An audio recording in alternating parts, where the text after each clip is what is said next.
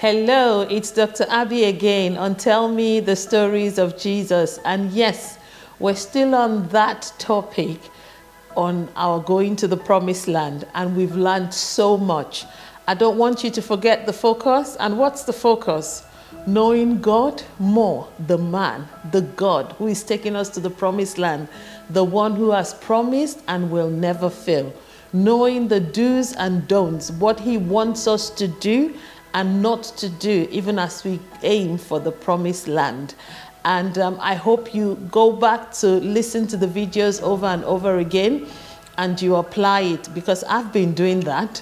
I get into a particular situation and then I remember, yes, this is what I should do. This is what I should not do. This is what God is trying to say to me. So I hope we continue to practice that. And today, we're going to talk about 5 beautiful ladies on our way to the promised land. And do you know what their name is? Do you know what the Bible refers to them as? It's the Zelophehad daughters. That's their name. A tongue-twisting name, but then you'll get used to it, because I know you will go back to the scriptures to read. Remember, that's our culture here on Tell Me the Stories of Jesus. We go back and read and make sure that what we've heard is true. And that way it even sticks better. You remember it forever. And it's in the book of Numbers chapter 27 from verses 1 to 11. So Zelophehad daughters. It means that the name of their father was Zelophehad. Yeah, there were 5 of them. If you go back and read, you'll get to see the name of the 5 of them. So Zelophehad, you know, we've talked in past episode about the children of Israel that got very naughty and God was not happy with them. And you know what happened when the ground opened and all that. God was not happy with them at all. And so the Zelophehad ladies then came to Moses. Their father had also died. Okay? And their father had all daughters. Now, if I give you a bit of a background, if the Bible mentions the name of a woman, in the Bible, it's a big deal. Usually in those days in Israel, they reckoned more with men. We know things have changed now. So they reckoned more with the lineage. They focused on the men, the boys, yeah? So for a story to come up mentioning a woman, God really wants us to learn from it. So this man, Zelophehad, he died, but he had all daughters. He didn't have any son. And then in Israel, the inheritance, as at that time, would usually go from a father to a son, to a grandson. They skipped daughters, yeah? And so when he had died, he left 5 daughters. And that meant there was no son to pass what belonged to him to, the inheritance, okay? So these 5 daughters looked at themselves. They summoned up courage like you and I, and they went to Moses and the leaders of Israel. Remember, after Moses' father-in-law came, he told him to choose leaders also that could help him. So there was Moses, the main leader, and there were other leaders. So it's like having the head boy, and then you have other prefects, yeah? That's how it was. It's like having the head teacher, and then you have class teachers. So I hope that's clear to you. So they went to Moses and said, yes, our father is dead. But remember, he didn't die with those people that were rebellious and that God was not happy with. Okay, he wasn't perfect. He had some sins, but he wasn't part of the rebellious people. He didn't have any son. And so, according to the law, we wouldn't get anything. But why? Why should we not get anything just because he had no son? And they, spoke to Moses expecting that their father's inheritance would be passed to them as daughters. This is something that had never happened before.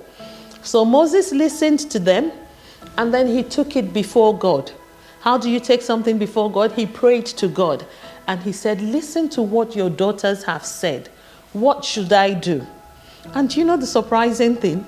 Even though that was the culture, the norm until that time, God told Moses, yes, the Zelophehad daughters are correct. They are right. Why shouldn't they get the inheritance of their father just because he had no son? They're also the children, so they can get it. And so God told Moses, the inheritance of their father, pass it to the 5 girls. Not only that, from now, if any man dies and he has no sons, give the inheritance to the daughters. And God went on and on. If there is no this, you do this. If there is no one to do this, give this. In a way in which that inheritance was always given to somebody in the line of that man that has died. And that became law. And things changed. And that brings us to the end of the story of the 5 beautiful ladies that we meet on our journey to the promised land. So let us learn from this story. So we have said the promised land is that thing that God has promised us for 2025. We're on the journey to that promised land, and we've said it's different from everybody, for everybody. And some people might have common ones. You want to pass an exam, you want to be the head boy, you want to, whatever it is you're trusting God for, wherever it is you're believing that He will take you to. And the promised land is always somewhere better than where you are right now. Yeah, not the same place. Somewhere higher, somewhere better. So yes, the Zelophehad ladies, the first lesson we want to learn from these daughters is that no matter what the rule has always been, you can change it. You're a child of God. You're a child of God. That rule, God can change things in your favor. He can change rules. He can make someone just, get up and change it. So don't give up. Don't ever say, oh no, this is how they do it. Oh no, a girl never leads the house, in my school. We have different houses. Blue house, or they give some houses name. Oh, a girl is never the leader. No, don't say that. Don't say, oh, a boy is never the deputy of something. No. Anything you want, as long as it's something godly and it is in the line with the will of God for your life, and it is God's promise for you in this 2025 and beyond to make you better, to make you move forward. Once you desire it, don't ever shut yourself down again and say that's the culture, it cannot happen. No. And what's the next thing that you do? Pray about it, and then look for people in authority and prayerfully take it to them and humbly take it to them. The Zelophehad ladies were not rude. They didn't cause any riot. They didn't start to grumble, like the children of Israel usually do. They just went to Moses and the leaders and they pleaded their case. Why? And at times, you laying it out will be like an eye-opener for those people in authority, yeah? And then they allow you. Don't let them say, no, girls don't play football. Oh, no, I want to play football. I want to do, and then somebody will help you and, rules can be changed in your favor. So I want you to know rules can be changed in your favor. Just take it to the right people. Don't create chaos anywhere. Take it to the right people, prayerfully, be humble, and God will, change that rule in your favor. And not only in your favor, even then it helps other people to come. And it will always be remembered in your name. So today we're talking of Zelophehad. I've never even, outside of that in the Bible, but that always then makes us know them. We quote them, we're happy, we've learned from them, and we use that lesson to fight for our right.